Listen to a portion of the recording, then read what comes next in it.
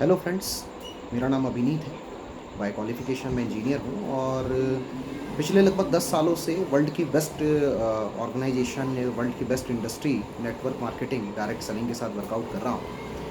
दोस्तों, आज मैं आप लोगों के साथ कुछ टॉपिक डिस्कस करना चाहूँगा बिकॉज़ जब मैंने बिज़नेस शुरू किया ना, तो कुछ छोटे-छोटे चैलेंजेस मेरे साथ आते थे। कुछ प्रॉब्लम्स मेरे साथ आती थी और आज मेरे पास एक काफ़ी बड़ा ग्रुप है जिसके साथ मैं काम करता हूँ। मेरे काफ़ी सारे दोस्त हैं जो मेरे साथ एडमिशन लेकर सारे काम कर रहे हैं। तो दोस्तों, सब लोग मुझसे एक शिकायत करते हैं कि सर, जब हम मार्केट में लोगों के साथ इस बिज़नेस को लेकर बात करते हैं ना, तो लोग हमसे तरह-तरह की बातें करते हैं। और मुझे उनकी बात पे कोई हैरानी नहीं होती है, क्योंकि जब मैंने इस सिस्टम के साथ काम चालू किया था, इस इंडस्ट्री के साथ काम चालू किया था, मेरे साथ भी कुछ ऐसा ही हुआ था। जब शुरू-शुरू में मैं इस बिज़नेस में आया, आई वाज़ अ स्टूडेंट, मैं सेकंड ईयर में था, तो मेरे साथ प्रॉब्लम यही होती थी कि भई मैंने ये सोचा कि चलिए, जिस तरीके से मैं इस इंडस्ट्री का हिस्सा बन गया, मैं जिसके पास भी जाऊँगा, वो भी मेरे साथ इस इंडस्ट्री में आ जाएगा। पर चैलेंज ये था कि जिसके भी पास मैं जाता था, वो मुझे इस इंडस्ट्री को लेकर अपने-अपने तरीके से बातें करता था और मुझे इस इंडस्ट्री के साथ काम करने के लिए मना करता था। इवन वो मुझे भी सलाह देता था कि मैं भी इस बिज़नेस को छोड़ दूँ। तो मुझे एक चीज़ समझ नहीं आती थी कि यार, ऐसा क्यों हो रहा है कि यार, बिज़नेस बड़ा अच्छा है, काम बहुत ही शानदार है। अगर इतना बढ़िया है, तो लोगों को शुरू तो करना चाहिए, ठीक है? लेकिन जब मैंने इंडस्ट्री के बैकग्राउंड को जानने की कोशिश की और अपनी सीनियरिटी के साथ इस इंडस्ट्री के जो सुपीरियर्स हैं, उनके साथ मैंने गाइडलाइन लिया, तो उन्होंने एक बड़ी प्यारी बात मेरे साथ की कि दुनिया में ना हर जगह एक लॉ ऑफ एवरेज होता है। एक औसत का नियम होता है विनीत, कि जब आप कोई बिज़नेस शुरू करते हो, अगर आप कोई शॉप चालू कर रहे हो, आपके पास अगर 10 ग्राहक आ रहे हैं, तो सारे के सारे लोग आपके यहाँ से माल परचेज़ नहीं करते। कुछ लोग आपके यहाँ सिर्फ़ सामान देखने आते हैं, कुछ लोग क्या आपके यहाँ सिर्फ़ विज़िट करने के लिए आते हैं, कुछ आप लोग यहाँ सिर्फ़ रेट कंसल्ट करने आते हैं और कुछ लोग तो सिर्फ़ घूमने-फिरने के लिए आते हैं। टाइम पास के लिए वो आ रहे थे आपके साथ। लेकिन हाँ, ये गारंटीड है कि जब 10 ग्राहक आपके साथ आते हैं, तो 10 में से कुछ लोग आपके साथ ज़रूर एडमिशन लेते हैं, ज़रूर आपके साथ कोई ना कोई सामान खरीदते हैं। ये एक सबसे बड़ी चीज़ होती है। तो यहाँ पे एक औसत का नियम चलता है, जो मार्केटिंग के अंदर बहुत ज़्यादा पढ़ाया भी जाता है और मार्केटिंग के अंदर ये एवरेज चलता है कि जब कोई भी काम 10 लोगों को बताया जाता है, तो उसमें से 2-3 लोग आते हैं। आज मैं देखता हूँ कि बड़े-बड़े शॉपिंग मॉल्स हैं, बड़े-बड़े व्यापारी हैं, वो सारे लोग इसी एवरेज के दम पे आज लाखों करोड़ों रुपए कमा रहे हैं। और जिस इंडस्ट्री के साथ मैं काम कर रहा हूँ, इस इंडस्ट्री के साथ भी कुछ ऐसा ही है कि जो लोग इन चीज़ों को समझते हैं और इस चीज़ों को समझकर काम करते हैं, वो लोग भी बहुत अच्छा पे आउट कमा रहे हैं, क्योंकि उन्होंने इस एवरेज को समझ लिया है कि मार्केट में आप हर किसी की मानसिकता नहीं बदल सकते। जितने तरह के लोग हैं, उतने तरह की मानसिकता है। जिस तरह से हाथ की पाँचों उँगलियाँ बराबर नहीं होती, ऐसे सभी की मानसिकता एक से नहीं होती, ठीक है? और दोस्तों, ये कॉमन बात है, अगर आपने बिज़नेस करने का डिसीज़न लिया है या आपने ज़िंदगी में कुछ करने का डिसीज़न लिया है, तो आपको एक एवरेज को मेंटेन तो करना पड़ेगा। क्योंकि अगर आप एक दुकान चला रहे हैं, जैसे मेरे कुछ दोस्त हैं, उनकी शॉप है। मैं अक्सर देखता हूँ कि उनकी दुकान पर कपड़े खरीदने के लिए कोई व्यक्ति आता है। अब उसको अगर कोई फ़ेवरेट कलर है, वो उस फ़ेवरेट कलर का कपड़ा निकालने के लिए बोलता भी है और व्यक्ति उसे पूरी दुकान का पूरा सामान दिखा देता है। कभी-कभी कुछ लोगों को रेट नहीं जमता, कुछ को क्वालिटी नहीं जमती, कुछ को पता नहीं क्यों उनका पसंदीदा कलर ही पसंद नहीं आ पाता, इसकी वजह से वो मना कर देते हैं। पर कभी भी मैंने अपने उस दोस्त को ये बोलते हुए नहीं देखा कि यार, इसने मुझे मना कर दिया है, तो ऐसा करता हूँ, मैं आज दुकान बंद कर देता हूँ। उसका पहले से ही एक माइंडसेट है कि अगर मेरे पास 10 ग्राहक आएँगे, तो 10 में से 2-3 लोग ही हैं जो खरीदी करेंगे, 2-3 लोग हैं जो बोल देंगे नहीं, नहीं भाई, हमें खरीदी नहीं करनी है। 2-3 लोग बोलेंगे कि चलो यार, सामान निकाल के रखना, हम आते हैं। और कोई एक होगा जो सैंपल पीस होता है, जो सामान लेता नहीं। तो यहाँ पर मुझे समझ में आता है कि उसे एक चीज़ पता है कि अगर 10 ग्राहक उसके पास आ रहे हैं, तो 3 लोग उसके साथ ज़रूर खरीदते हैं और यही मार्केटिंग का एवरेज है। आप स्कूल में पढ़े हैं, आपने स्कूल में देखा होगा कि क्लास में अगर 100 बच्चे हैं, तो 100 के 100 लोग कभी भी भाई पास नहीं होते, ना ही 100 के 100 लोग कभी फेल होते हैं, ना ही 100 के 100 लोग कभी भी अच्छे नंबरों से पास होते हैं, ना ही एवरेज मार्किंग। मतलब सभी चीज़ों में एवरेज चलता है। यानी कि अगर हम देखें कि भाई क्लास में 100 बच्चे हैं, तो कुछ लोग होते हैं जो बहुत ही ज़्यादा ब्राइट स्टूडेंट होते हैं, पढ़ने में काफ़ी अच्छे होते हैं, वो अच्छे नंबर ही लेकर आते हैं। कुछ बच्चे होते हैं जो एवरेज नंबरों से पास होते हैं, कुछ लोग तो भाई डेडलाइन 35 नंबर पे पास होते हैं और काफ़ी ऐसे बच्चे भी होते हैं जो फेल हो जाते हैं। सिंपल सी बात है, ऐसा ही कहीं न कहीं बिज़नेस में होता है, कुछ ऐसा ही हर जगह हो रहा है। तो इस इंडस्ट्री के साथ भी कुछ ऐसा ही है कि जब हम इस इंडस्ट्री के बारे में लोगों को बताने जाते हैं, तो कुछ लोग ऐसे होते हैं जो यहाँ सवाल करते हैं, उन्हें जवाब मिलता है, सैटिस्फाई होते हैं, स्टार्ट करते हैं। लेकिन कुछ लोग ऐसे होते हैं जो ऑब्जेक्शन पैदा कर देते हैं। कुछ लोग ऐसे होते हैं जो बोल देते हैं यार, हमने इस चीज़ में नहीं आना है। कुछ लोग ऐसा बोल देते हैं कि यार, मैं देखता हूँ, बताऊँगा, ठीक है? और एक सैंपल पीस तो हमें मिलता ही है, जो बताता तो ऐसे है जिसके साथ बातें ऐसी होती है कि बिल्कुल मुझे तो ये सारी जानकारी पहले से ही है। मतलब वो ऐसे शो करता है, या तो उसे पहले से सब कुछ पता है, या वो शो करता है कि उसे सब कुछ पता है, हालाँकि उसे ज़्यादा कुछ पता नहीं होता है। तो ये एक एवरेज है। और अगर मान लीजिए आपके साथ लोग नहीं आ रहे हैं और आपने इस इंडस्ट्री के अंदर शुरुआत किया है, तो एक बात दिमाग में बिठा लीजिए, इसका मतलब ये नहीं है कि इंडस्ट्री नहीं चलती या काम नहीं चलता। इसका सीधा सा एक मतलब है, यू हैव टू लर्न। जब मैंने शुरुआत की इस बिज़नेस में, तो मुझे आज भी ध्यान है कि मैंने भी शुरुआत की 70-80 लोगों के साथ इस बिज़नेस को लेकर चर्चा की, काफ़ी हद तक उन्हें मैंने समझाने की कोशिश की, भरोसा दिलाया, लेकिन उनमें से मेरे साथ कोई भी नहीं आया। और उसके बाद जब मेरा बिज़नेस चलना शुरू हुआ, तो आज मेरे पास एक काफ़ी अच्छा बिज़नेस है, काफ़ी लोग मेरे साथ हैं और आज मुझे इस इंडस्ट्री के साथ 10 साल हो गया। मतलब मुझे एक चीज़ समझ में आई कि शुरुआत में जब मैं इस व्यापार में शुरुआती दौर में था, तो मेरे साथ लोग इसलिए नहीं आ रहे थे क्योंकि कहीं न कहीं मैं नया था और मुझे इस इंडस्ट्री का नॉलेज नहीं था। जैसे-जैसे नॉलेज होना शुरू हुआ, तो लोगों ने मेरे साथ शुरू करना चालू कर दिया। और दोस्तों, यही एवरेज आपके साथ भी होगा। तो जब आप इस व्यापार को लेकर मार्केट में जाएँ, तो कभी भी ये ना सोचें कि यार हर व्यक्ति आपके साथ आ जाएगा, और ये भी बिल्कुल ना सोचें कि आपके साथ कोई भी नहीं आएगा। ये गारंटीड है कि अगर आप इस दुनिया में एक मिट्टी भी लेकर चलने के लिए मिट्टी लेकर भी 10 घर जाने की हिम्मत रखते हैं, तो उसमें से 4 घर लेने की हिम्मत भी रखते हैं। और फ्री की मिट्टी जो गाँव में फ्री में मिल जाती है, उसे लोग शहर में लाकर सैकड़ों रुपए में बेचते हैं। ये एक कॉमन सा एग्ज़ाम्पल है, आप सभी लोग देख रहे हैं। तो दोस्तों, ये एक लॉ ऑफ एवरेज होता है जिसका आपको ध्यान रखना होता है अगर आप इस इंडस्ट्री के अंदर हैं तो। दूसरा एक चैलेंज और बहुत बड़ा आता है जब आप इसके साथ शुरू करते हैं। हालाँकि ये चैलेंज बड़ा नहीं है, पर ये चैलेंज आपको फेस तो करना होता है।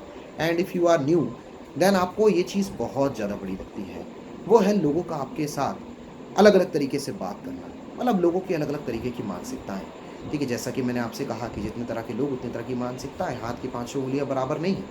तो जब मैंने इस बिज़नेस को शुरू किया और मैं इस बिज़नेस को लेकर लोगों के पास जाता था, तो कुछ लोग मुझसे बोलते थे कि तू फँस गया है। कुछ लोग बोलते थे ये जोड़ने का काम है, कुछ लोग बोलते थे अरे कंपनी और नेटवर्किंग कैसा है और करोड़पति, ऐसे करके लोग तरह-तरह की बातें करते थे। कुछ लोग सलाह देते थे ये चीज़ें मत करो, मेरे भैया ने किया था, उन्हें कुछ आया है।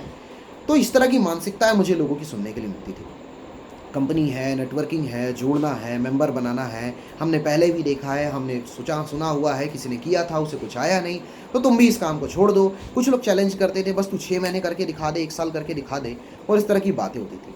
और दोस्तों, ये मानसिकता शायद आप भी फेस करते होंगे और ये मानसिकता आपको फेस करनी होगी, अगर आप इस व्यापार के अंदर हैं। क्योंकि दोस्तों, एक चीज़ मैं आपको बताता हूँ, मुझे एक बड़ी प्यारी कहानी याद आई।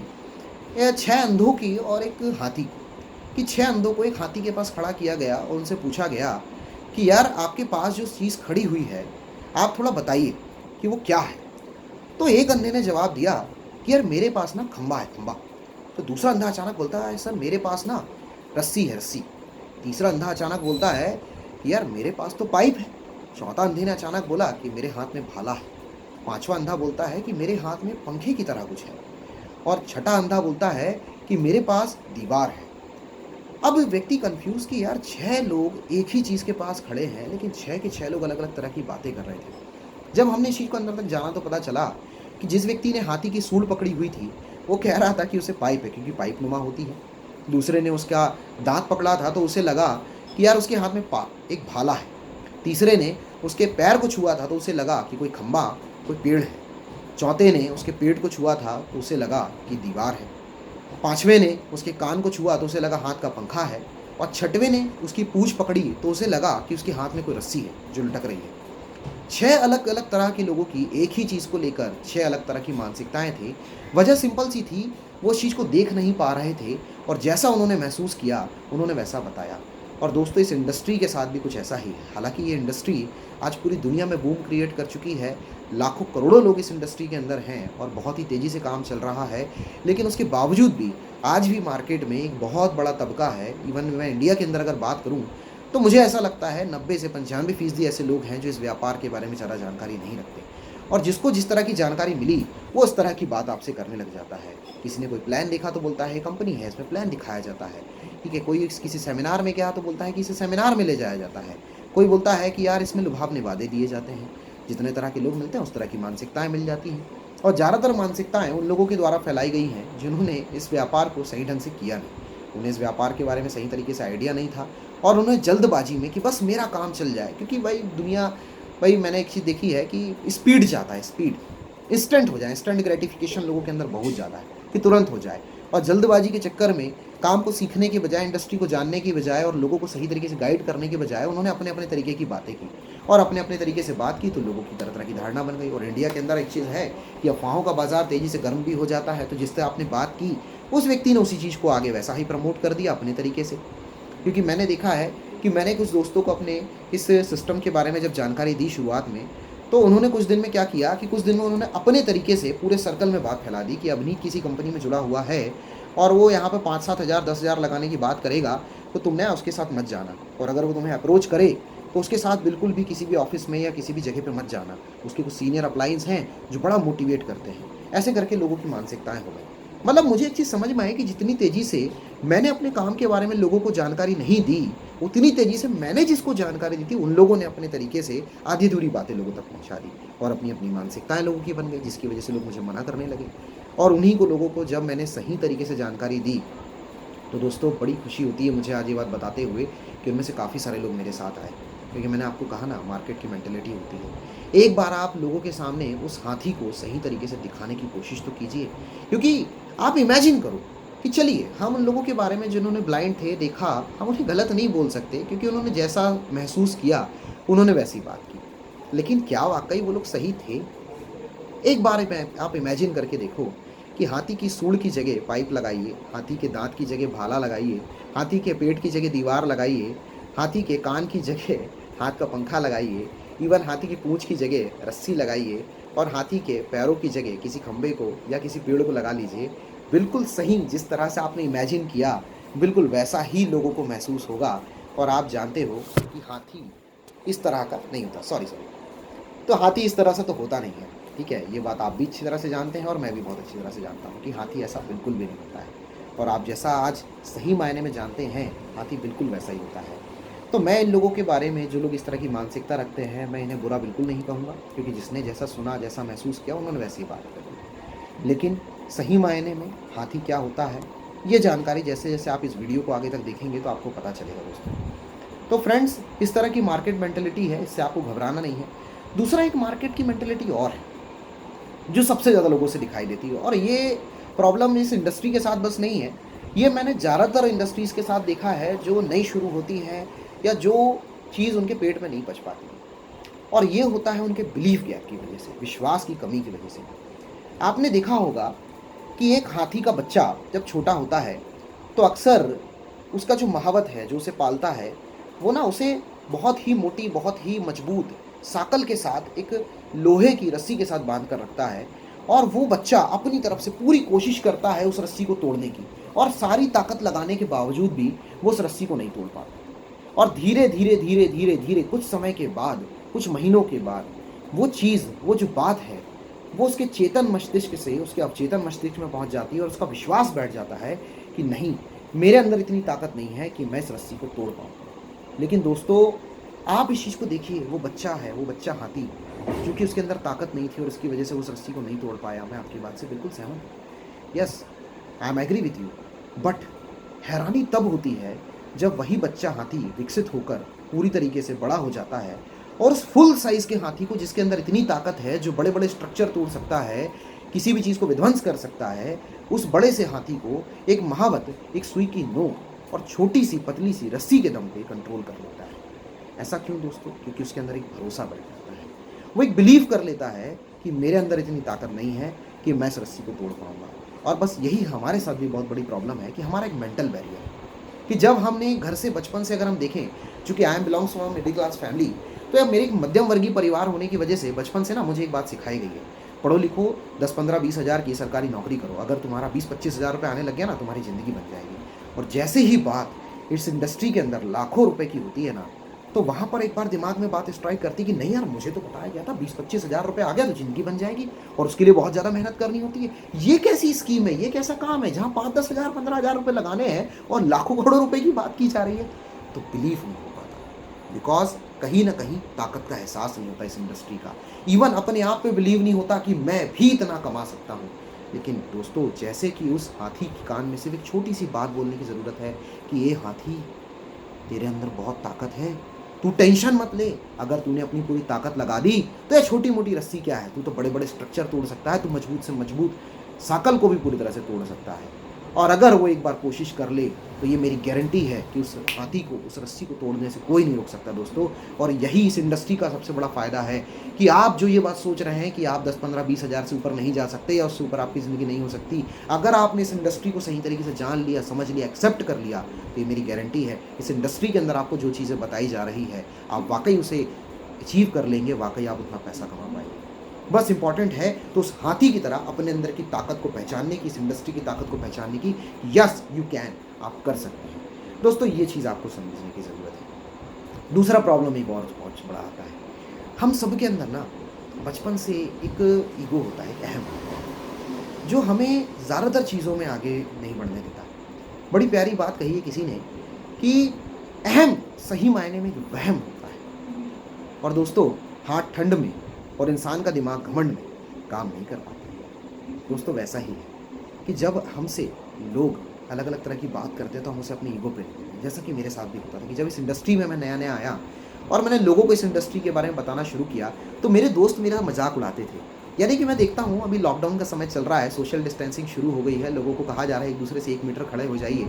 लेकिन जब इस इंडस्ट्री के साथ मैंने ज्वाइन किया तो मेरे तो दोस्त मुझसे इतना दूर भागते थे, मुझे ऐसा लगता है कि शायद उस समय सबसे ज़्यादा वायरस मेरे अंदर ही है। और लोग मुझे देखकर ही भाग जाते थे। कुछ लोग मुझे बोलते थे आदमी पकड़ने की मशीन है, और जो थोड़ा बहुत मेरे पास आते थे तो वो उस तरह किस तरह का व्यवहार करते थे, और करोड़पति और नेटवर्कर और मेरी कंपनी का नाम लेकर मुझसे कई बार बात करते थे और मुझसे बोलते थे।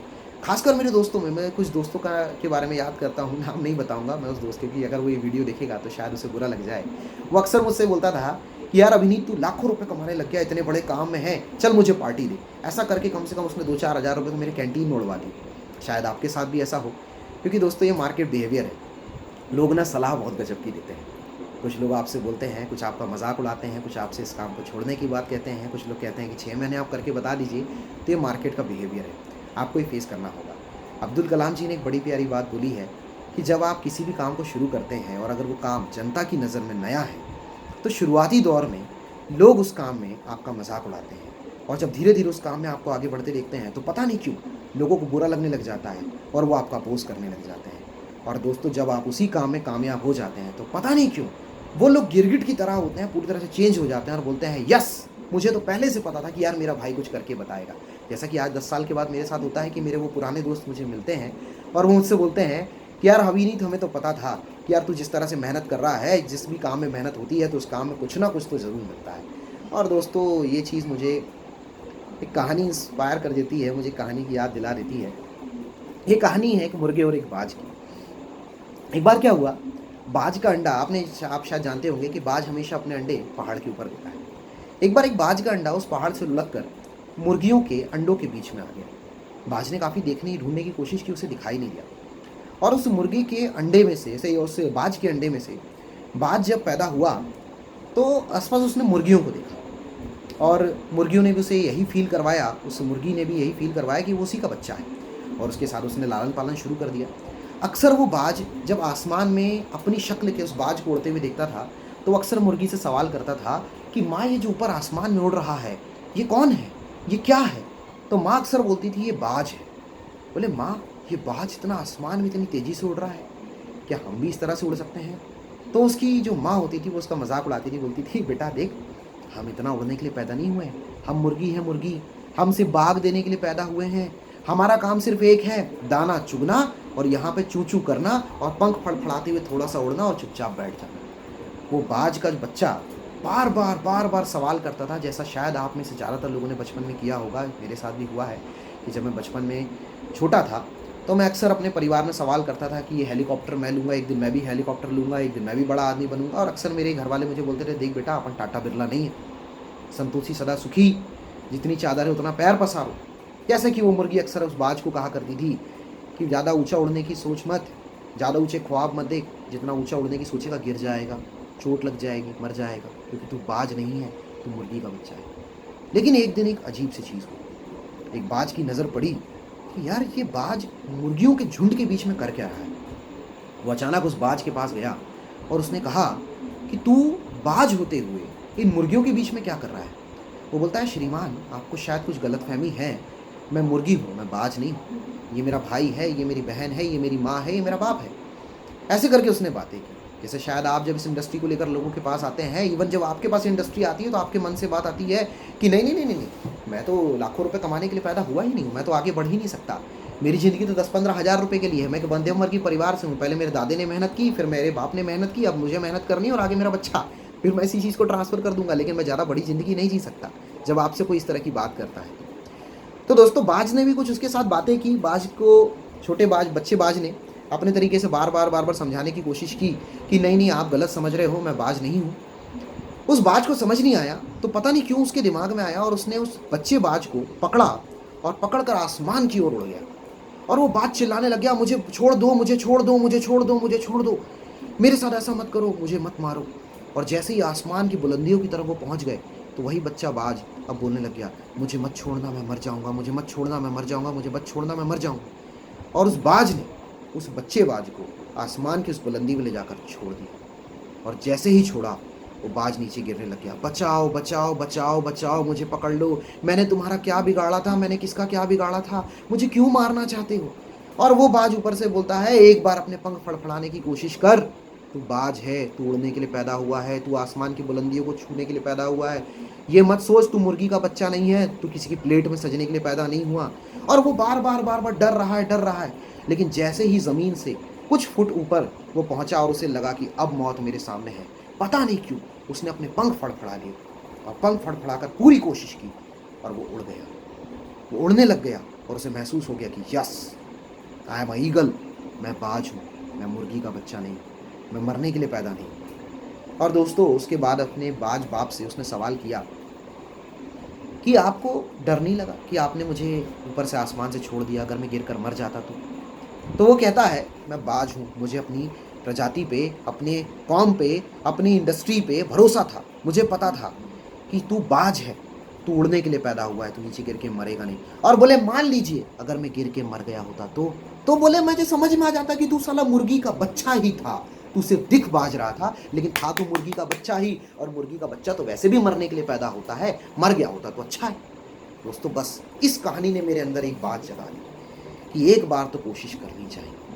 मार्केट बिहेवियर है, लोग तरह तरह की बात करते हैं, वैसे भी इंडिया में अफवाहों का बाजार बड़ी तेज़ी से गर्म होता है और सलाह तो मुफ्त की मिलती है। दोस्तों इंडिया के अंदर कोई व्यक्ति बीमार बस पड़ जाए, पता नहीं क्यों उसके आसपास के सारे लोग डॉक्टर बन जाते हैं और अपने अपने तरीके से उसे सलाह देने लग जाते हैं कि ये दवा खा ले, ये दवा खा ले, ये दवा खा ले। और अगर उस दवा ने उस व्यक्ति के ऊपर गलत असर कर दिया और दूसरे दिन उसका बुखार बढ़ गया तो अचानक वो लोग बोलते हैं, हम तो पहले ही बोल रहे थे डॉक्टर के पास चले जाओ, डॉक्टर के पास चले जाओ। ये लोगों का व्यवहार है, लोग गिरगिट की तरह है, बड़ी तेज़ी से बदलते हैं। जब आप इस इंडस्ट्री की शुरुआत करते हैं, मैंने इस इंडस्ट्री के साथ शुरुआत की तो लोग मेरा मजाक उड़ाते थे, लेकिन जैसे जैसे मेरा इस इंडस्ट्री के साथ काम बढ़ने लग गया, लोग मेरे साथ आने लग गए, थोड़ा पैसा आने लग गया, तो पता नहीं क्यों उन लोगों की बातें चेंज होने लगी। थोड़ा सा उन लोगों ने मजाक उड़ाया, फिर लोगों ने अपोज किया और अब वो लोग फॉलो कर रहे हैं। अब वो लोग बोलते हैं यार हमें तो पता था कि तू कुछ ना कुछ करेगा। दोस्तों इस इंडस्ट्री के अंदर बड़ा मैजिक है, ये लोगों की पहचान करा देती है। तो इस तरह के व्यवहार से आपको डरने की ज़रूरत नहीं है, मार्केट का बिहेवियर है दोस्तों। वैसे भी आप कुछ भी करने जाओ, शुरुआत में तो लोग आपका मजाक उड़ाएंगे अगर उनकी पेट में वो बात नहीं पच रही है। तो अगर मुर्गी अगर आपके आसपास है और अगर आपने बाज की तरह उड़ान लेने का फैसला कर लिया है तो एक बार तो आपके आसपास का व्यक्ति आपको सलाह ज़रूर देगा कि तू मुर्गी है, उड़ने की कोशिश मत कर, तेरी ऊंचाई, तेरी उड़ान सिर्फ 3 फुट तक ही है। लेकिन दोस्तों एक बार बाज की तरह उड़ान लगाने की कोशिश कीजिए, नहीं तो आप तो कोई मुर्गी के बच्चे हैं नहीं कि मर जाएंगे। ज़्यादा से ज़्यादा क्या होगा, आप नाकामयाब हो जाएंगे। वैसे भी सही मायने में बोले तो ऐसा कोई कामयाब व्यक्ति नहीं है जिसको नाकामयाबी का मुंह ज़िंदगी में एक बार भी नहीं देखना पड़ा। व्यक्ति वही नाकामयाब है, सबसे ज़्यादा मैंने देखा है इस दुनिया में 97% लोग सिर्फ इसलिए नाकामयाब हो गए क्योंकि उन्हें किसी काम को शुरुआत करने के पहले सोच लिया कि हम नाकामयाब हो जाएंगे, तो उन्होंने शुरुआत ही नहीं की। तो एक बार शुरुआत कीजिए, मार्केट के बिहेवियर से डरने की ज़रूरत नहीं है, लोग गिरगिट की तरह बड़ी तेज़ी से बदलते हैं। एक बार आप कामयाब होकर देखिए, जब इस इंडस्ट्री की पावर आपके साथ लगेगी, जब इस इंडस्ट्री से लोग जो कामयाब हुए हैं उनकी संगत में आप जाएंगे तो आपको पता ही नहीं चलेगा कब आप बाज की तरह उड़ान भरने लग जाएंगे और लोग आपकी तारीफ करने लग जाएंगे। और दोस्तों एक बड़ी प्यारी चीज़ जिसके साथ मैं अपनी बातों को विराम दूंगा, अगले 10 मिनट में आपके साथ और लूँगा, जिसने मुझे इंस्पायर किया इस इंडस्ट्री के बारे में। दोस्तों आज आप देख रहे हो लॉकडाउन का समय है, कहा जा रहा है भारत की जीडीपी के ऊपर बहुत ज़्यादा असर पड़ा है। 4-4.5% की जीडीपी थी, ग्रोथ रेट थी इंडिया की, जो इकोनॉमी के ऊपर इस कोरोना वायरस की वजह से असर पड़ा है। हालांकि इस वायरस का असर तो पूरी दुनिया में है, लेकिन हमारी अर्थव्यवस्था पे के ऊपर इसका असर कुछ ऐसा पड़ा है कि हमारी जो जीडीपी है वो 1% से भी कम आ गई है, 0.8% के आसपास आ गई है। बेरोजगारी का आलम ये है कि 5 से 6 करोड़ लोग आज से 1 हफ्ते पहले तक बेरोजगार हो चुके थे, और आज मैं न्यूज़ पढ़ रहा था तो मुझे पता चला कि 26% से ज़्यादा लोग जो कहीं ना कहीं किसी न किसी जगह पर पैसा कमाते थे वो अब बेरोजगार हो चुके हैं। 14 करोड़ के आसपास एक आंकड़ा बताया जा रहा था, और लगातार ये चीज़ बढ़ रही है। ये चीज़ शायद आप भी देख रहे होंगे कि आज नौकरी के अंदर वो सिक्योरिटी नहीं रह गई। हम जिस नौकरी की सोचते हैं वो नौकरी के अंदर वो सिक्योरिटी नहीं है, नौकरी के अंदर वो सैलरी नहीं है।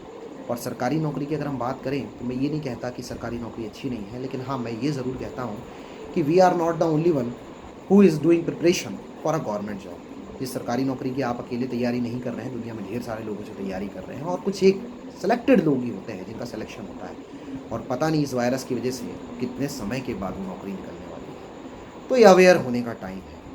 जिस इंडस्ट्री के बारे में अभी तक मैंने आपसे कुछ नेगेटिव बातें की, लोगों की बातें की, अब मैं आपको ये बताने जा रहा हूँ कि इंडस्ट्री क्या है, व्हाट इज़ डायरेक्ट सेलिंग, क्या काम है। ये सदियों से चला आ रहा वाला काम है। हम अपने आसपास देखते हैं कि जब भी कोई मैन्युफैक्चरर, कोई भी ऑर्गेनाइजेशन, कोई भी कंपनी किसी सामान को बनाती है तो उसे वो किसी न किसी कस्टमर के लिए ही बनाती है। लेकिन कस्टमर के पास कभी भी कोई सामान सीधे कंपनी से नहीं पहुंचता, और ना ही कोई सामान कंपनी से सीधे कस्टमर खरीदता है, बल्कि कंपनी से ना वो सामान पहले एक C&F एजेंट या रीजनल डिस्ट्रीब्यूटर के पास जाता है, फिर वो लोकल डिस्ट्रीब्यूटर या डीलर के पास जाता है, उसके बाद रिटेल डिस्ट्रीब्यूटर यानी कि हमारे आसपास का दुकानदार उस सामान को खरीदता है, और फिर उस सामान को हम उस दुकानदार से खरीदते हैं। और इसके अलावा उस सामान के बारे में लोगों तक जानकारी पहुंचाने के लिए कंपनी एडवर्टीजमेंट का बहुत ज़्यादा सहारा लेती है। जिस कंपनी को अपना एक ब्रांड बनाना होता है वो बड़े बड़े सेलिब्रिटीज़ का भी सहारा लेती है। और इस चीज़ का फ़ायदा क्या होता है कंपनी को, कि उस कंपनी की ब्रांड वैल्यू बढ़कर प्रमोशन बढ़ जाता है और लोग उसे लेना शुरू कर देते हैं। लेकिन हमारे साथ ये होता है कि 10-20 रुपये में बनने वाला सामान मार्केट में एडवर्टीजमेंट और मिडिल मैन्स इन चेन की वजह हो, कि इस चेन की वजह से उस प्रोडक्ट की प्राइस 10 गुना तक भी बढ़ जाती है। 10-20 रुपये का सामान मार्केट में 100 रुपये का मिलने लग जाता है, ठीक है।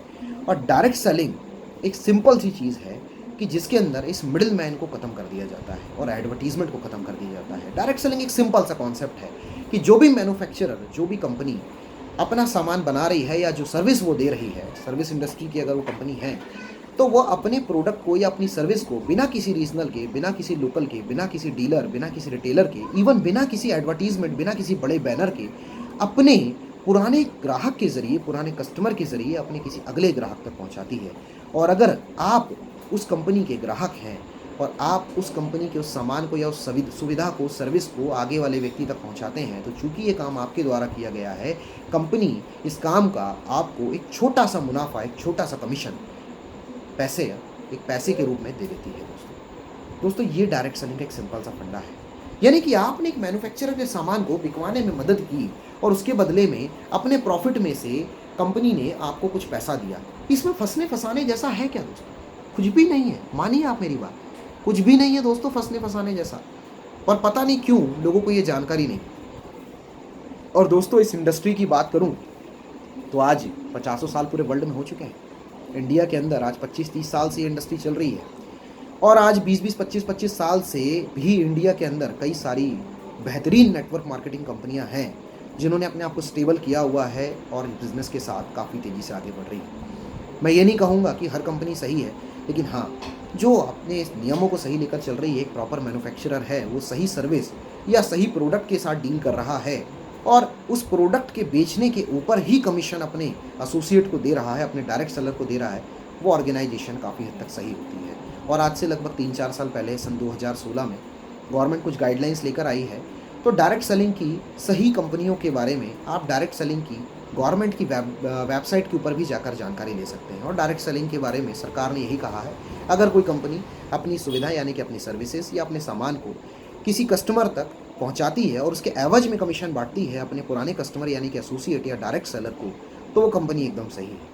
और दोस्तों आज इस इंडस्ट्री ने पूरे वर्ल्ड में बूम क्रिएट कर दिया है। जहां नौकरियां जा रही है, ये इंडस्ट्री लोगों के लिए सबसे बेहतरीन ऑप्शन बन रही है, सबसे बेहतरीन काम बन रही है, जिसके अंदर दुनिया का हर 5वां करोड़पति आ रहा है, जिसके अंदर वैकेंसीज़ की कोई कमी नहीं है, जो इंडिया और वर्ल्ड की इकोनॉमी पे भी बहुत ज़्यादा असर डाल रहा है। इंडिया की जीडीपी पे भी ये बहुत ज़्यादा असर डाल रहा है।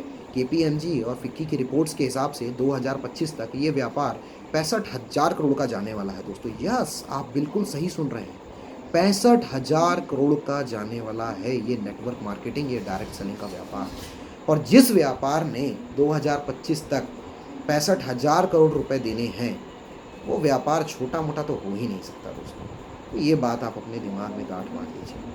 और इसके साथ जब ये नेटवर्क वाला सिस्टम लगता है ना, जिसको लेकर कुछ लोग थोड़ा सा डर जाते हैं या कुछ लोग मजाक उड़ाने लग जाते हैं कि इसमें मेंबर बनाना है, मैं इसके फ़ायदे के बारे में आपको बताता हूँ। दुनिया की एक बेहतरीन किताब है the parable of the pipeline, Burke Hedges की किताब है। उस किताब में एक बड़ी प्यारी कहानी है दो दोस्तों के बारे में, जो लोग मेहनत करके पैसा कमाना चाहते थे और उन्होंने बाद में दो अलग अलग रास्तों से पैसा कमाया। एक का नाम था पैब्लो, दूसरे का नाम था ब्रूनो। पैब्लो और ब्रूनो दोनों एक छोटे से गांव में रहते थे जहां पानी की काफ़ी समस्या थी। तो उन्हें पास की झील से पानी लाने का काम दिया गया कि आप पानी लेकर आइए और जितने बाल्टी पानी आप लाएंगे उसके हिसाब से आपको पैसे मिलेंगे। दोनों मेहनती थे, काम में लग गए।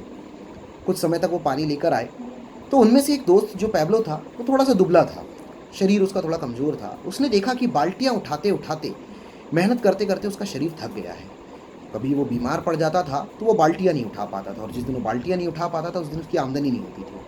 तो वो सोच में पड़ गया कि यार कोई आसान रास्ता जिसके ज़रिए मुझे पैसा आ जाए। उसने संपर्क किया उसी व्यक्ति से जिसने उसे काम दिलाया था। उसने कहा यार देखिए, मेरे पास तो जो काम था मैंने आपको दिला दिया, मेरे पास और कोई काम है नहीं। और उसने सोचा कि यार मुझे खुद काम ढूंढना पड़ेगा।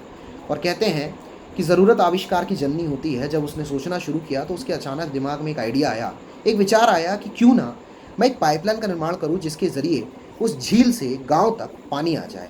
और उसने उस पाइपलाइन के बारे में, उस पाइपलाइन के बारे बनाने के बारे में अपने दोस्त के साथ, ब्रूनो के साथ डिस्कस किया। जैसे ही ब्रूनो के साथ डिस्कस किया तो ब्रूनो ने उसे ये आइडिया बकवास कह दिया। ये आइडिया एकदम बकवास है, ठीक है, और अगर हम इन सब चीज़ों में लग जाएंगे तो जो हमारी ज़रूरत है हम उसे पूरी नहीं कर पाएंगे। मैं बाल्टियों से उठाकर पानी ला रहा हूँ, मुझे घर बनाना है, मुझे गाय खरीदना है, और मैं शायद अगर ये तेरे साथ में करने लग जाऊँगा तो शायद मैं अपने माइंड डाइवर्ट हो जाएगा, मैं अपने रास्ते से भटक जाऊँगा। और पैब्लो ने लेकिन दोस्तों हार नहीं मानी।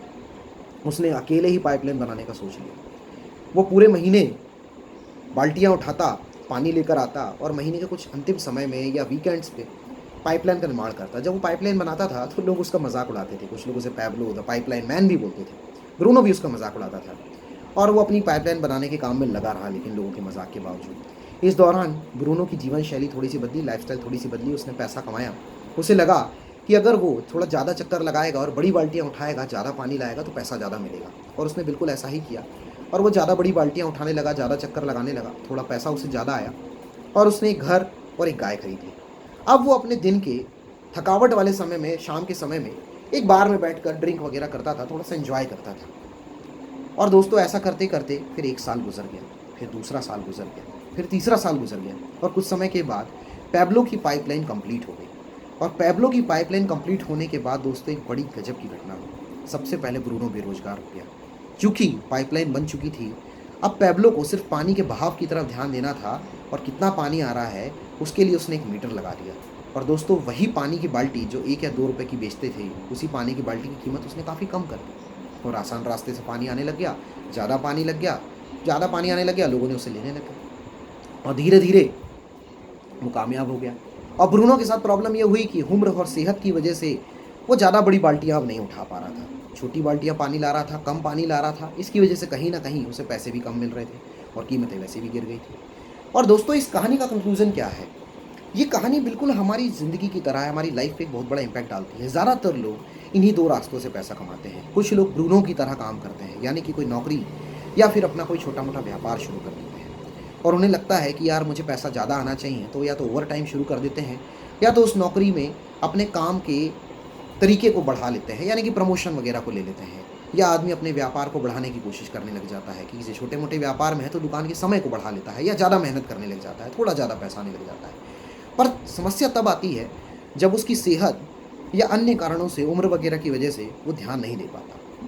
और दोस्तों पैब्लो ये उन बड़े बिजनेसमैन, उन इन्वेस्टर्स की तरह है जैसे आज हमारे देश के माननीय अंबानी जी हैं, टाटा है, बिरला हैं, जिन्होंने पाइपलाइन का निर्माण किया।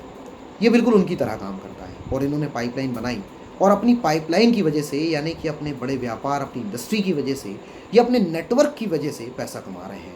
जिस तरह से रिलायंस ने एक बार पूरे इंडिया के अंदर जियो का नेटवर्क खड़ा कर दिया, अब अगर एक नई सिम नहीं भी बिकती है, और अगर सिर्फ और सिर्फ लोग रिचार्ज कराएं, तो भी उस व्यक्ति को पैसा आता है। इवन डॉक्टर के साथ भी कुछ यही हाल है कि एक बार वो अपना क्लिनिक खोलता है, पेशेंट्स का नेटवर्क बना लेता है, अगर उसके पेशेंट्स रिपीट होकर भी उसके पास आते रहें तो भी पैसा कमाता है। दोस्तों, नेटवर्क इज़ द की। दुनिया में एक डॉक्टर उतना ही पैसा कमाता है जितना उसके पास पेशेंट का नेटवर्क है। एक स्कूल, एक कॉलेज, एक इंस्टीट्यूशन उतना ही पैसा कमाता है जितना उसके पास स्टूडेंट्स का नेटवर्क होता है। इवन एक बिजनेसमैन, एक बिजनेस टाइकून, इवन एक शॉपकीपर, एक दुकानदार उतना ही पैसा कमाता है जितना उसके पास कस्टमर का नेटवर्क होता है। लेकिन सबके साथ प्रॉब्लम ये है दोस्तों कि अगर आप इस बिज़नेस को शुरू करना चाहें, आप इनके साथ बिज़नेस शुरू करना चाहें, तो ज़्यादातर लोग इतना पैसा ही नहीं लगा पाते। यस, हम इतने बड़े नेटवर्क को बनाने के लिए, इंडस्ट्री खड़ा करने के लिए इतना पैसा नहीं लगा पाते। तो the second thing is plan B आपके लिए यहाँ पर रेडी है, डायरेक्ट सेलिंग नेटवर्क मार्केटिंग, जो आपको एक बेहतरीन मौका देता है जिसके अंदर आप कम पैसे में, कम लागत के अंदर दिमाग की ताकत से अपना एक नेटवर्क तैयार करते हैं, और जैसे जैसे आपका नेटवर्क तैयार होते जाता है, आप पैसा कमाते जाते हैं, आप सिक्योरिटी को अचीव करते जाते हैं और लगातार आगे बढ़ते जाते हैं दोस्तों। तो दोस्तों, इस बात को अंडरस्टैंड कीजिएगा और दोस्तों इस चीज़ को आप पकड़िए। जिस व्यक्ति ने भी आप तक मेरा वीडियो पहुंचाया है, अगर आपने इस वीडियो को देखा है तो प्लीज़ आप उससे पूछने की कोशिश कीजिए कि वो किस तरह से आगे बढ़ा है, पाइपलाइन बनाई कैसे जाती है, ये नेटवर्क बनाया कैसे जाता है। अगर आप सही गाइडलाइन के साथ काम करेंगे तो यकीन मानिए आप में से ही कुछ लोग यहाँ पर निकलेंगे और जो बोलेंगे कि मैंने इस बिज़नेस को 2 साल किया, मैंने इस बिज़नेस को 3 साल किया, मैंने इस बिज़नेस को 4 साल किया और आज मैं इस बिज़नेस के ज़रिए इतना बड़ा नेटवर्क बनाकर इतना पैसा कमा चुका हूँ और अपने बिज़नेस को, अपने करियर को, अपनी ज़िंदगी को सिक्योर कर चुका हूँ दोस्तों। तो दोस्तों, इसी के साथ मैं आज इस सेशन को वाइंड अप करना चाहूँगा। थैंक यू सो मच, आपने मुझे इतना सुना। जय हिंद, जय भारत।